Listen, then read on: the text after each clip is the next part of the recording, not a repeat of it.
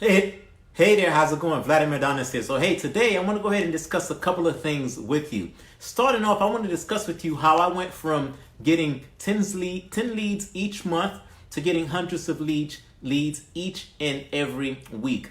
In addition to that, I'm also going to be discussing with you what is it you should stop doing. Stop wasting time and focus on this. There's some things that you're doing that you should not be doing, and I'm going to tell you what you should be focusing on instead.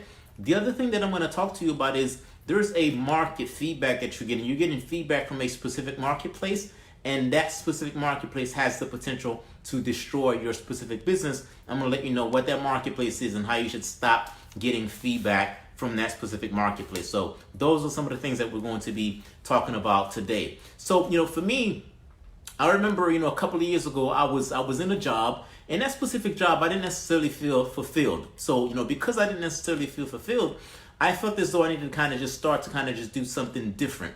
I didn't feel fulfilled. And the other issue that I was having at that specific time as well is that I had always told my kids to work hard, do hard things, challenge themselves. However, I was going to a job every single day whereby I was doing the exact same thing every single day, and I wasn't challenging myself. So I felt as though I was being a hypocrite. Here I am telling my kids to work hard, do hard things, challenge themselves, and I wasn't doing that same thing myself. So in order to kind of just overcome that specific hurdle, I decided that I wanted to kind of just be in business, because business would allow me to kind of just challenge myself, and it would allow me to build something on my own. At that specific time, I started to kind of just think about, okay, what business model makes sense? I wanted to kind of just go into a business that was evergreen, a business that's going to be around today, and a business that's going to be around years from now. So I thought to myself, dating is something that's going to be around for a very long time. So because dating is something that's going to be around for a very long time, let me go into the dating market. I decided that I was going to mix dating and dancing and give people a platform, give individuals a platform whereby they can connect if they desire to go out dancing. Now, I'm not a programmer. I don't know how to program or anything along those lines. So I had to hire someone to build that platform out for me. I hired a programmer, paid that specific individual close to $30,000 to build me that specific dating site. That's what I went ahead and did. So fast forward about a year and a half later, that specific individual built that specific dating website for me, and all of a sudden I was in business. Now, in order to kind of just get some traction, to get some traffic, there's some different ways to get traffic. I decided that I was going to focus on search engine optimization. That is where I have my website show up on Google, so that when people are looking for a dating site, when people are looking for my specific service, they can go ahead and find it. So kind of just fast forward about a year later, I taught myself how to do search engine optimization. And I had a couple of different pages, and I had a couple of different keywords that were getting a lot of traffic after I worked on it. So about a year later, I was getting thousands and thousands of people going to that specific website as a result of the search engine optimization that I had self-taught myself. So now you have traffic that's going to the site, things are kind of just moving forward. I decided that I need to go through the copywriting process and copyright my business. So as I was going through that specific process, I contacted an attorney to go through the copywriting process. It turns out that I was in violation of copywriting at that specific time. I thought to myself, what do you mean by I'm in violation of copywriting? Well, the attorney at that time told me that because members of that specific site could upload music and they could upload dance videos, I don't own the right to any of those music. I don't own any right to that specific content. So because I don't own the right to that content, I am in violation and I could be sued. So I decided, you know what? I don't want to be sued. I don't want to owe all this specific money. So I had to let that specific business go. However, in the spirit of saying to myself, hey, I want to be in business. I want to be in business. I don't want to let this whole business idea go. I said, what else can I do at that specific time?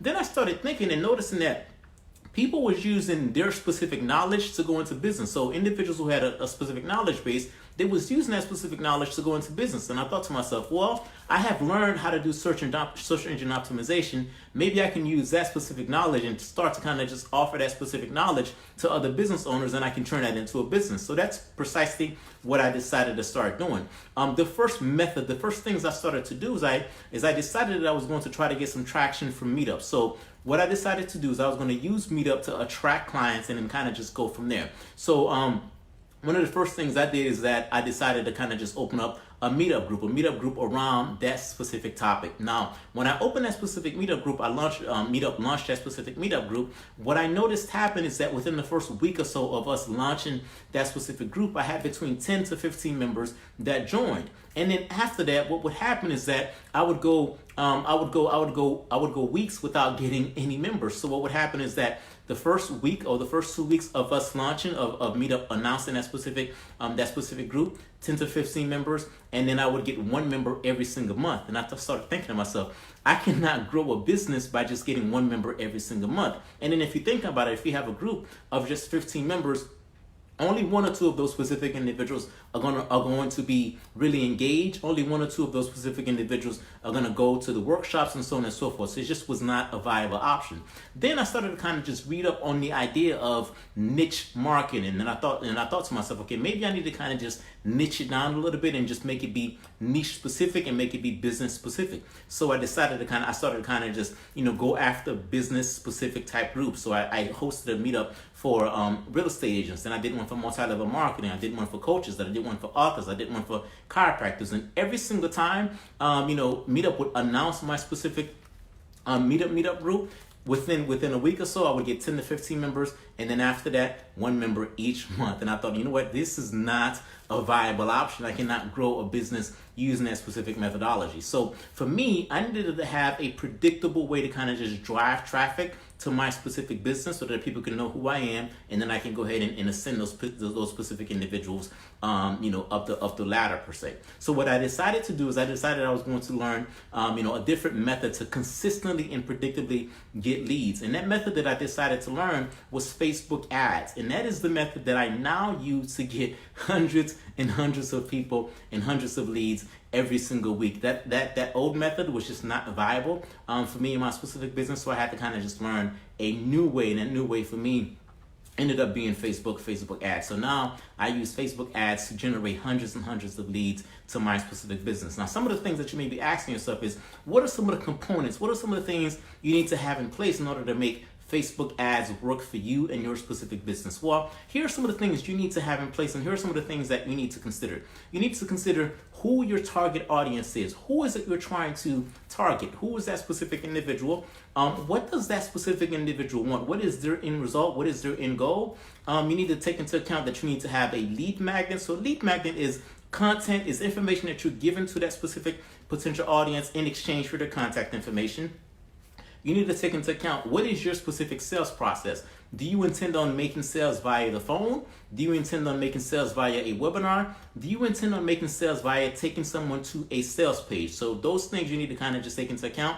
The other thing you need to take into account is you need to take into account any type of retargeting. So from a retargeting standpoint, do you have a retargeting method in place? And do you have email marketing in place as well? Because what happens is that some of the individuals that request the lead and download that specific lead magnet, you need to have a way to kind of communicate back to those individuals and send those individuals to your specific sales process. So those are the things that you need to have in place in order to make Facebook ads work for you. Okay, now I'm going to go ahead and just jump right into the second item that I want to discuss with you that's going to kind of just further support the first thing that I just mentioned to you. So how I went from getting 10 leads each month to getting hundreds of leads every single week. So the next thing that I want to talk to you about is the thing that you're focusing on. Now, this message was for me. I know for me, at some specific point, I had to say to myself, stop wasting time and focus on this. And here's the reason why.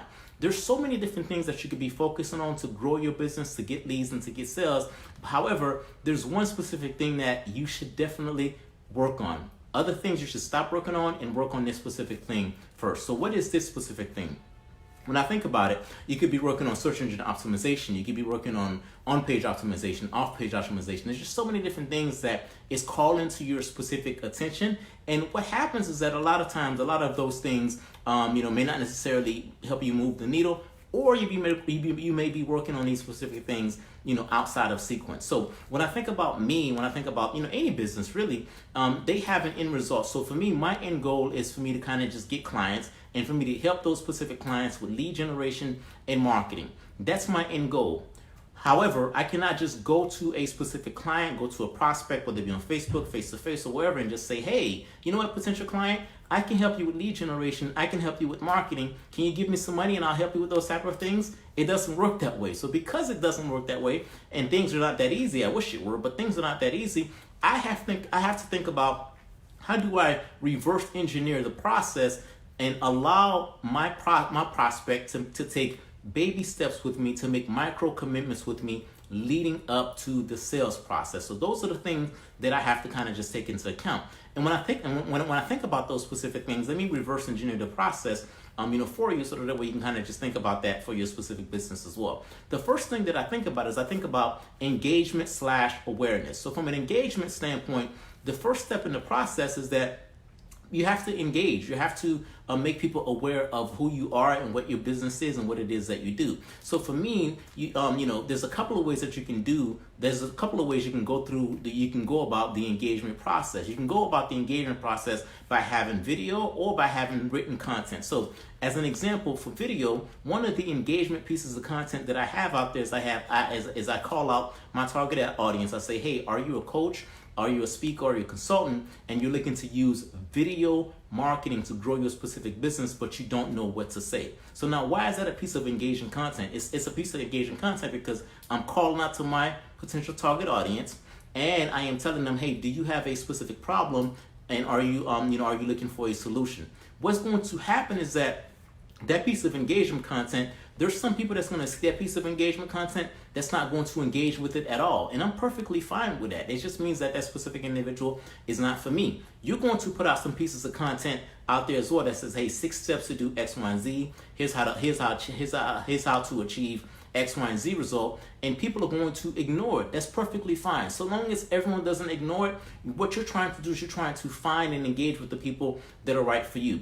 After those specific individuals engage with that piece of content, the next step in the process is for those specific individuals to exchange contact information with you. So from an exchange contact information standpoint, for me, I say, hey, are you looking to use videos, but you don't know what to say? The next thing that I ask them to do, I say, hey, I will give you a framework that shows you what to say in video so that way you can attract more clients. All you have to do is provide me with your best email address. So then what happens is that those specific individuals, they provide me with their best contact information, and I deliver the piece of content to them. So now all of a sudden, I am helping them to get a specific result in exchange for their contact information. They got what they want. I received their contact information. Now I've moved them closer to the buying process. So that's step number 2. The next thing that you want to take into account is, okay, what is your sales process? What do you want that specific individual, to do next? So for me, it's, hey, let's get on the phone.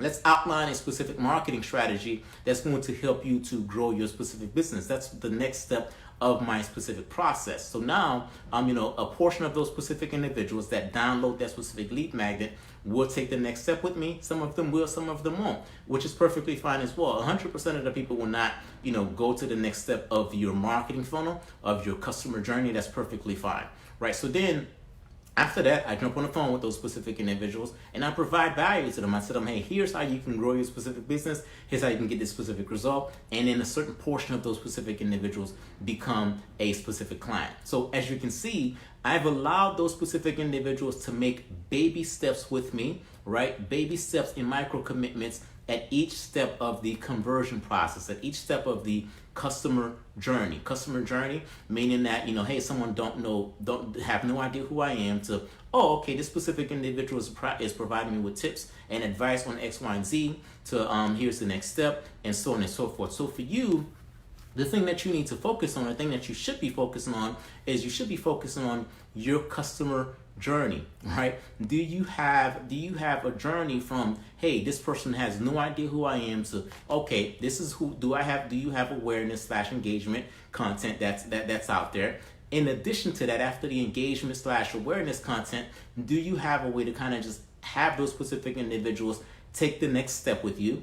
After those specific individuals take the next step with you, do you have a way to send those specific individuals to your sales process? Do you have a way to track each of those specific steps? So my thing is that, when you compare, say, this conversion process or this customer journey to, say, traffic, I wouldn't worry about traffic, because if you get as much traffic as possible, but you don't have a conversion process for the individuals that you're trying to that you're trying to convert, then you're wasting your time, you're wasting your money, to be honest with you. So this is way more important than pretty much anything else that you can do in your specific business. Having a defined journey, having a customer journey that says, hey, this is step 1, this is step 2, this is step 3, and knowing precisely what you're going to do every step of the way with your prospective clients. So that's the thing that you should be working on. If you're doing anything else, stop it and work on your specific customer journey. Okay, so that's the second thing that I wanted to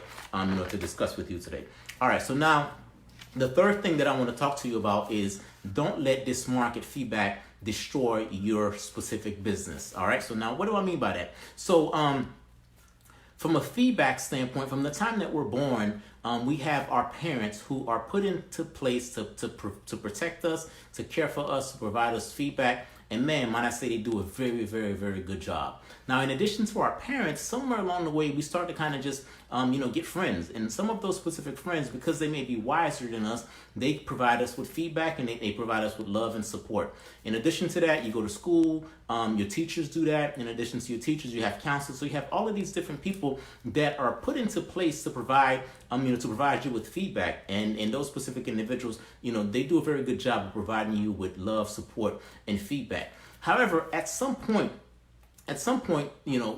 what happens is that you have certain individuals that are providing you with feedback based on things that they're not 100% familiar with. So let me kind of just give you, an example. When it was time for me to launch my first business, I had family members that told me, hey, don't do it because it's too much money. Now, too much money is relative, right? So, that's a relative term because too much money for what one individual may consider to be a lot of money, the next person may not necessarily consider it to be a lot to be that much money. So as an example, one of the individuals that was telling me that, hey, the money that I was about to spend is quote unquote, too much money. I later on learned later down the line that specific individual had only earned a certain amount of money, per year. Compared to what I had earned. I had earned, 10 to 11 times more money than this specific individual. So, the individual that was telling me, hey, don't do it, too much money, this person didn't want to see me lose any money. And plus, his too much money in that person's mind, was relative because, based on what he had earned, that's his definition of too much money compared to what I had learned. So that specific individual was giving me feedback. He was giving me feedback from a love and care and support, but he didn't necessarily have the experience or the capacity to give me feedback based on business, right? So that's one specific category. The other thing that I think about when I think about this specific category as well is that, so if I listened to that specific individual, I would have never launched my specific business. The other thing that I think about as well is that when I first started in business, the only individuals that I had individuals. I only had just friends and family members. I didn't necessarily have people that was in business. So because I didn't have people that was in business, I used to get all of my feedback from a business standpoint from friends and family. The good thing is that friends and family, they're speaking to you from a standpoint of, hey, I love you, I want to see you protected, I don't want to see you lose money, so on and so forth. However, those specific individuals, in my specific instance, they don't know anything about lead generation, they don't know anything about marketing. So I had to stop listening to those specific individuals as it relates to lead generation, as it relates to marketing, because they were giving me advice, which a lot of people just love and like to give advice. They were giving me advice on things that they're not a subject expert matter at. So they're giving me advice from one perspective that, hey, I love and care for you, but from a business standpoint, they're not qualified to give me advice from a business standpoint. So I see a lot of people kind of just, receive advice from the wrong individuals, receive feedback from the wrong individuals, and that feedback keeps them back instead of allowing those specific individuals to move forward. So now that's a personal feedback. Now let's go and talk about a business feedback. Now from a business standpoint, what happens is that I'm going to take me for example. I can go back and I can reference so many different pieces of content that I've created. So let's just talk about one piece of content. I remember creating a piece of video, and that piece of video was about 5 to 7 minutes long. I took that piece of video. That piece of video was designed to be a marketing piece. I took that piece of video and I published that piece of video on my personal Facebook page. Now, when I published that piece of video on my personal Facebook page, I got zero engagement. I didn't get any engagement whatsoever. I didn't get any leads. I didn't get any traction from it whatsoever. Now, I could have done a couple of things. I could have just said, this piece of content, this piece of marketing content doesn't work, and it doesn't resonate, and just kind of just left it alone and don't do anything with it. However, for me, because I understand Facebook and I understand Facebook ads, I took that piece of content and I did some Facebook, and I ran some Facebook ads against that piece of content, and that piece of content ended up giving me hundreds and hundreds and hundreds and hundreds of leads. So now when I say, feedback, I was getting feedback from a group of individuals, from a marketplace that's not necessarily my target audience. Does that make sense? I put that on my personal Facebook page, but my personal Facebook page doesn't necessarily contain the individuals that is going to end up doing business with me. I may have some, one or two, but that's not the majority of my audience. So if I had allowed that specific marketplace to give me feedback, I would have said, you know what?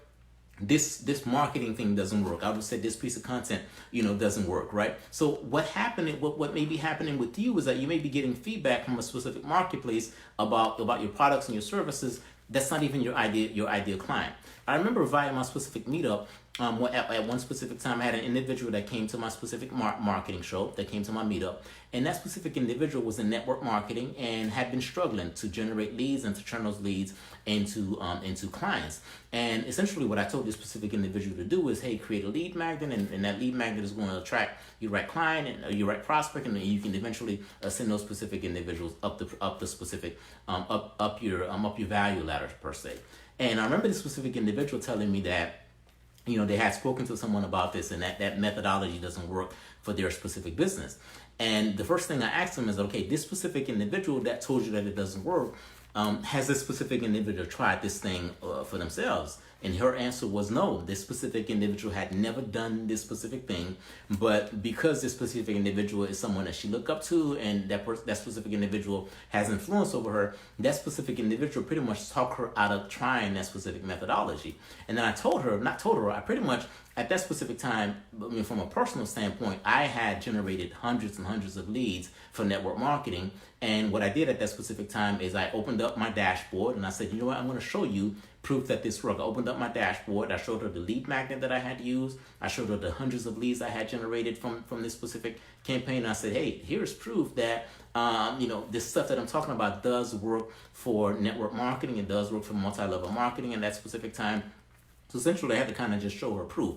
But I bring this story up to say that there's just so many people that's kind of just allowing their business to be destroyed because they're getting feedback from, A, the wrong individual, or B, from the wrong market. So you don't want to do that. You want to make sure that you're getting feedback from the right individual and you're getting feedback from the right, from the right market. So those are the things that you want to make sure, that you do. Now, if you need help with this type of stuff, I can help you to outline a specific marketing plan for your specific business. You can go to vladadonis.com, VLADADONIS.com, whereby I'll help you to put together a marketing plan specifically for your business that's designed to help you to generate more leads and make more sales. Again, you can go to VLADADONIS.com, and this is where we can go ahead and put together a marketing blueprint for you and your specific business to help you to generate more leads and to make more sales. That is it for this specific content, for this specific episode. I'll see you in the next one.